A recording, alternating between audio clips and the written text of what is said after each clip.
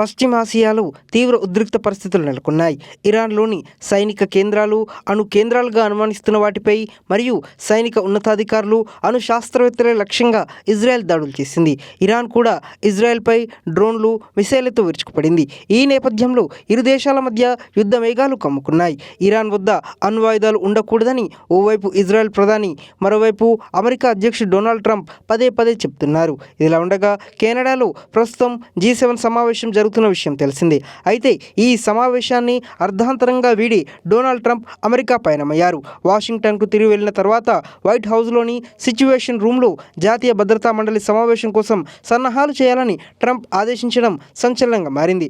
Israel, Iran మధ్య నెలకొన్న ఉద్రిక్తతలపై ఇందులో చర్చించనున్నారు. ఈ పరిణామాల నేపథ్యంలో ఇరాన్లో ఏదో పెద్దదే జరగబోతున్నట్లు కథనాలు వస్తున్నాయి. ఇదే సమయంలో ఇరాన్ రాజధాని టెహరాన్ను ప్రజలు ఖాళీ చేయాలని ట్రంప్ హెచ్చరికలు జారీ చేయడం కూడా చర్చనీయాంశంగా మారింది.